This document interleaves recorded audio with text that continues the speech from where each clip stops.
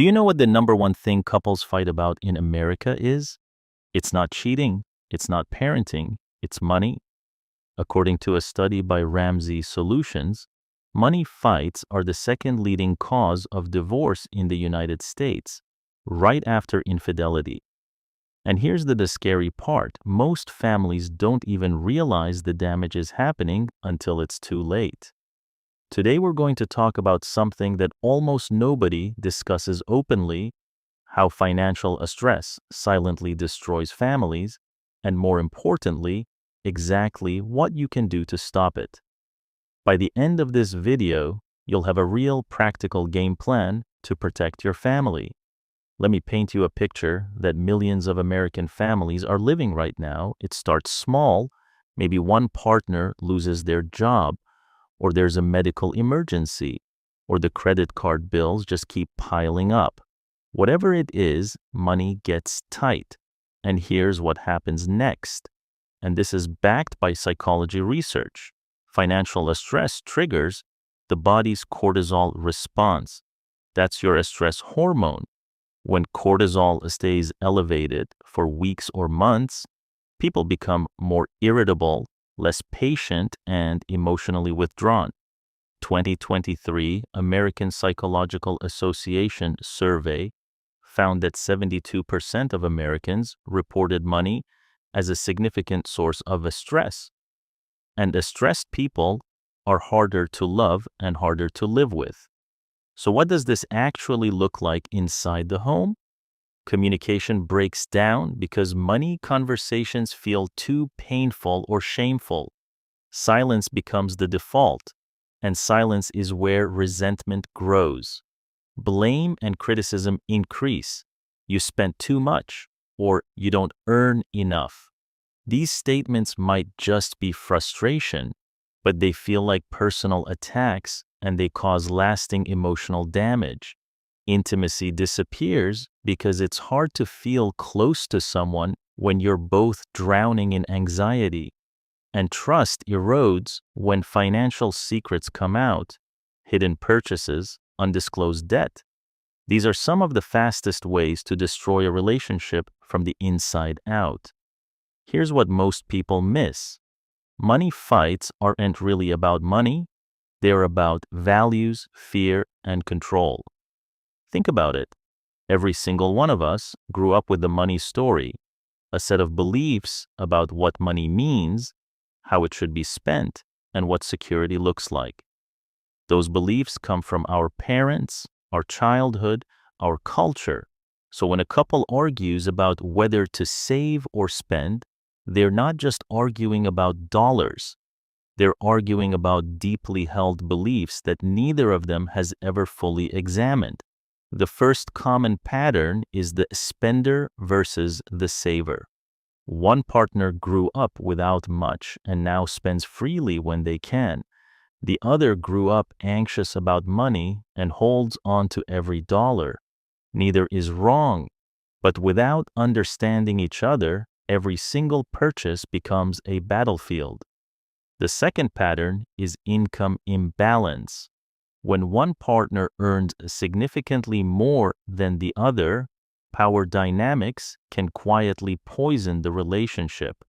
The higher earner may feel entitled to make all the decisions. The lower earner may feel shame or a loss of agency over their own life. The third is something called financial infidelity. And yes, that is a real term. It means hiding purchases, keeping secret credit cards, or hiding debt from your partner. Studies show 1 in 5 Americans have hidden a financial account from their spouse, and it carries the same emotional weight as romantic infidelity. Now let's talk about the people in the house who have no voice in any of this: the children. Kids are like emotional sponges. They absorb the tension in the home even when they don't fully understand what's happening. And the research here is sobering.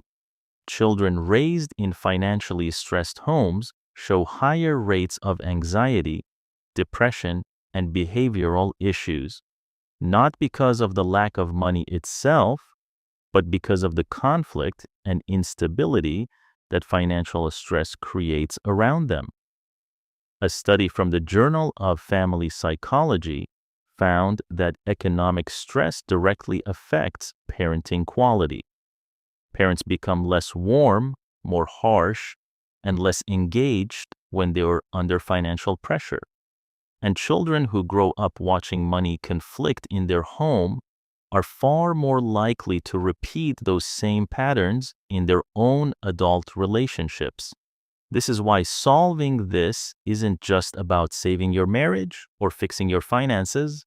It's about breaking a cycle for your kids and for their kids after them. All right, now for the part you came here for. Here are 5 strategies that financial therapists and marriage counselors actually recommend. These aren't generic tips. These work. Strategy number 1 is to schedule a weekly money date. I know, that sounds about as romantic as a dentist appointment. But hear me out. When couples set aside a dedicated, low-stakes time each week to review finances together, with no blame and no judgment, money stops being the elephant in the room. 20 minutes. Same time every week. Review your budget, your bills, your goals together.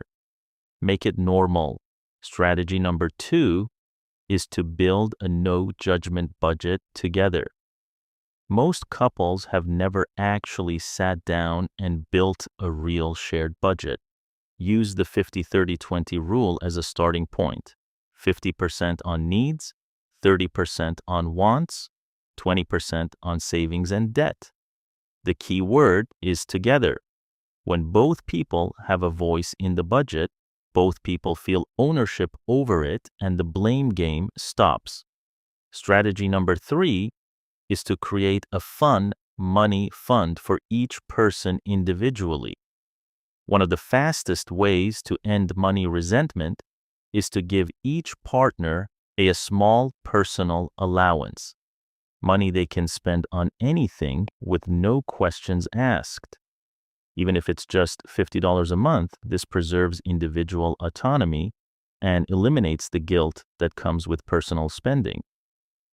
Strategy number 4 is to have an honest conversation about your money stories. Ask each other, how did your parents talk about money? What did money mean in your household growing up? What's your biggest financial fear?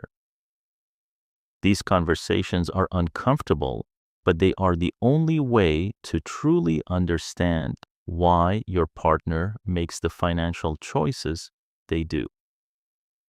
Understanding is not the same as agreeing, but it replaces blame with empathy. Strategy number 5 is to build a 3-month emergency fund together. Most financial stress isn't about big purchases, it's about unexpected expenses. A car breaks down, a hospital bill arrives, and suddenly, the whole financial system of the family collapses. Having even $1,000 in a dedicated emergency fund, built together and protected together, dramatically reduces that reactive panic. Make this your very first financial goal as a family. Look, financial stress is one of the hardest things a family can go through, but it doesn't have to end your relationship or damage your kids. The families that survive financial hardship aren't the ones with the most money. They're the ones who learned to face it together, with honesty, with empathy, and with a real plan. Start with one thing this week. Just one. Maybe it's that money date. Maybe it's that emergency fund. Maybe it's finally having the honest conversation you've been avoiding. One step is all it takes to change the direction of a family. If this video helped you, hit that like button and subscribe, because every week we break down real strategies for real life. And if you know someone going through this right now, share this video with them. It might be the most important thing you do for them today. I'll see you in the next one.